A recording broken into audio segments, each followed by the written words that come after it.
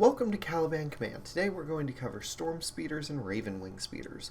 We have 3 Storm Speeders to break down today and 2 Ravenwing Speeders to break down. We're going to start with the Storm Speeders and dig into them. The Hail Strike is your anti-horde option. At 36-inch range, you have 3 shots of Strength 4 shooting. At 24-inch range, you gain an additional 8 shots of Strength 5 shooting. At 18 inches and less, you have 2d6 plus 6 shots at Strength 4 and 8 shots of Strength 5, with the bonus that each time the model hits with a shooting attack against a monster or vehicle, you can nominate it to increase the AP of your other Adeptus Astartes units against that target. This clocks in at 130 points, and what you have to keep in mind is that we have a general lack of AP in this edition. So being able to nominate a monster or vehicle that you've hit with an attack, not wounded necessarily, but hit, to increase the AP targeted against it is amazing. The Thunder Strike is your anti-vehicle option. The Storm Fury missiles are fantastic against all vehicles, specifically toughness 8 and lower targets, due to it clocking in at strength 12, minus 3 AP and d6 plus 1 damage. With a single shot, you can't necessarily kill it, but you can definitely wound it. The reason it's your best option against strength 8 in the Storm Speeder category is nothing else really racks up against it in that terms. That is the only weapon in the entire Storm Speeder line that crosses that strength 9 threshold. The Las Talon is a good light vehicle hunting tool thanks to its 2 shots at strength 9 minus 3 AP and d6 plus 1 damage at ballistic skill 2 up. And the Icarus rocket pod with D3 shots of strength 8 minus 1 AP and 2 damage plus anti-fly 2 up and twin-linked make it a good way to deal with flying targets, including other storm speeders and land speeders. This is your anti-vehicle option, not because of its damage necessarily, but because of the AP on it. It is fantastic damage dealing against any target, but it is primarily dealing with vehicles on the board. As a 14-inch move and with its threat radius, it should always be in range. The Hammer strikes the odd man out to me. The ranged weapons make it a mid-distance fighter wanting to be at 9 inches. Its longest range for threat is 36-inch.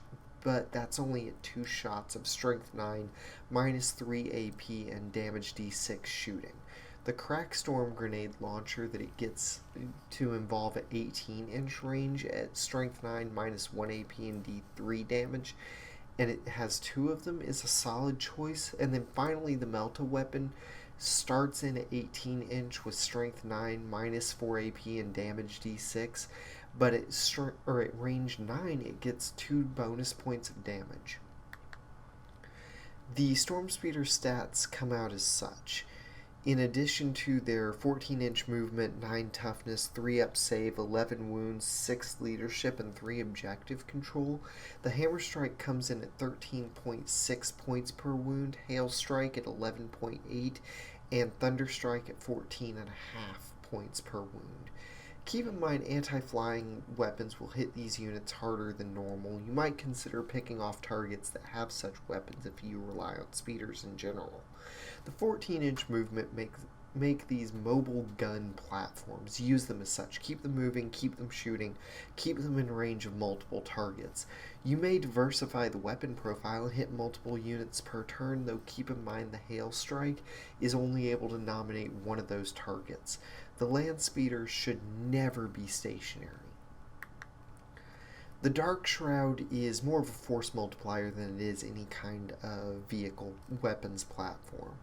It gives an aura of stealth and the benefit of cover against ranged attacks targeting units within its 6-inch aura. It has a decent gun profile, but nothing amazing. As a choice between an assault cannon and a heavy bolter, at 125 points, it is absolutely worth including in some lists, but not necessarily in every list.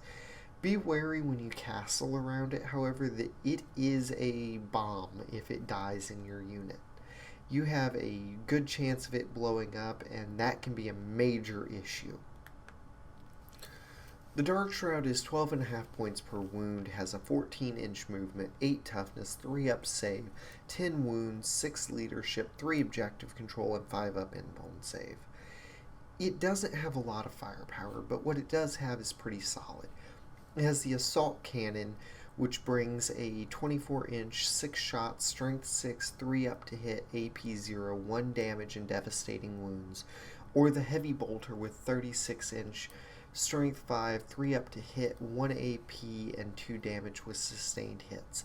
I would personally take the Assault Cannon over the Heavy Bolter, as the devastating wounds are a way to sneak past armor saves.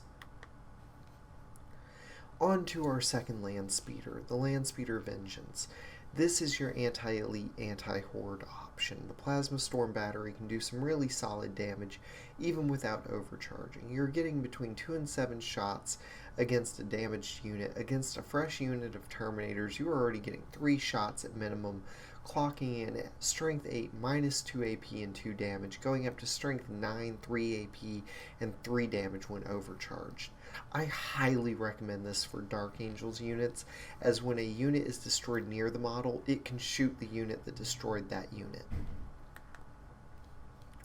The Landspeeder Vengeance clocks in at a 14-inch move, 8 toughness, 3 up save, 10 wounds, 6 leadership, and 3 OC.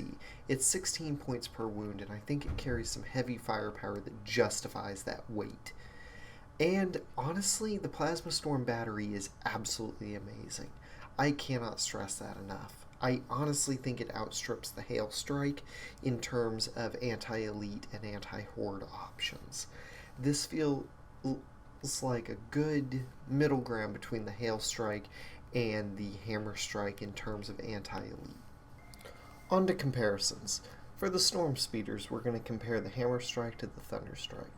The Hammer Strike, when in close range, outperforms the Thunder Strike, but due to that range, it can also be a little fragile. It wants to target elites, but light vehicles are a solid choice too. The Thunder Strike has the highest strength weapon for the Storm Speeders in general. It has a longer range than its peers, and it has a better ballistic skill. Overall, I prefer the Thunder Strike, but that is entirely a personal preference due to risk versus reward. On to the Vengeance versus Hail Strike. The Vengeance has higher AP, lower fire rate, higher weapon strength, and 10 wounds, and is a little bit less durable than the Hail Strike. But the Hail Strike has a higher shot volume, higher potential number of targets due to the array of weapons, and it buffs AP for other units. Ranges are a little bit harder to manage, but its toughness is higher.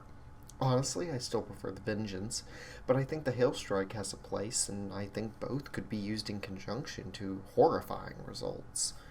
Anyway, tell me what you guys think in the comments. My channel is being supported by Hobbytown. It's where I've bought most of my collection over my time playing Warhammer. I got into the hobby with some advice from one of their workers, and have since expanded my knowledge base and skill set with the game.